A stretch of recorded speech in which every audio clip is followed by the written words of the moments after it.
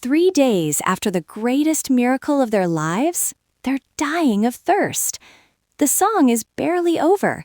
The sea is still behind them, and they're already falling apart. What happens when your biggest victory is immediately followed by your worst crisis? Let's get into it. Have you ever had a massive win, and then, almost immediately, everything fell apart? That's exactly where we are. The Red Sea just closed behind them. Egypt is gone. The impossible just happened. This is the absolute peak of the Israelite story so far, and what follows is one of the most jarring emotional whiplashes in all of Scripture. The higher the peak, the harder the drop. But first, they celebrate. They don't quietly move on. They explode. Moses leads a spontaneous, full-throated song of victory, and his sister Miriam, a prophet, grabs a tambourine and leads the women in dancing. This is a national roar. Hundreds of thousands of people releasing centuries of pain in one moment of pure, uncontainable joy. It's raw, it's communal, it's earned. And the lyrics themselves are extraordinary. God in this song isn't a distant, abstract deity. He is a warrior who fights personally for his people. The contrast is devastating. Egypt boasts, "I will chase, I will plunder, I will destroy." And God simply breathes, and they sink like a stone. The song ends with a rhetorical question that is really a declaration. There is no one like this God. Total uniqueness, total power. Then the song fades, and reality arrives. Moses leads them away from their greatest victory, straight into the desert. Day 1, they're still buzzing. Day 2, the heat builds and the water gets low. Day 3, hundreds of thousands of people and animals, and they find nothing. Not a spring, not a stream. The desert doesn't care about what just happened at the sea. The victory is behind them.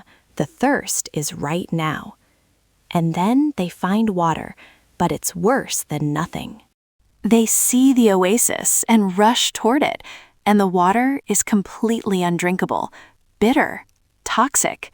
They name the place Marah, bitter, turning it into a monument to their disappointment. And the same people who were singing and dancing 3 days ago are now turning on Moses, shouting, "What are we supposed to drink?" Physical thirst wipes out spiritual memory almost instantly. It always does. And Moses does the only thing left. He cries out to God. God shows Moses a piece of wood. Moses throws it into the water, and the bitter water becomes completely drinkable. Crisis over. It's almost anticlimactic, which might be the point. The solution was always available. The provision was always there. But it required Moses to stop, cry out, and wait for instruction instead of trying to engineer his own way out. But this moment was never just about water. God says plainly, this was a test, not random suffering, a deliberate test of trust. And then he does something significant. He gives himself a new name. I am the Lord who heals you. Not just the warrior of the Red Sea, not just the God of plagues and power, the healer, the one who takes what is bitter and makes it drinkable. The name expands because the relationship is deepening. And right on the other side of the test, they push through Marah and arrive at Elim. 12 fresh springs, 70 palm trees. They camp by the water in the shade. The contrast is almost absurd. One day, toxic water and despair. The next, rest and abundance.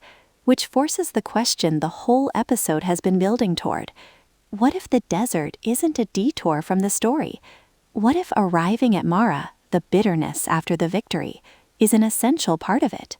Maybe the whiplash isn't the interruption. Maybe it's the point.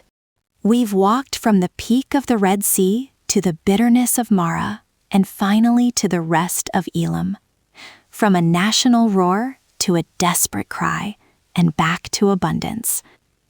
Before you go, 2 questions to sit with. First, the Israelites forgot the miracle in 3 days. Physical thirst wiped out spiritual memory almost instantly. What practices are keeping you anchored to what God has already done, especially when the next crisis hits? Second, God called Marah a test, not a punishment, not an accident. Is there a bitter place in your life right now that might not be a sign that something went wrong, but a deliberate invitation to trust more deeply? 2 questions.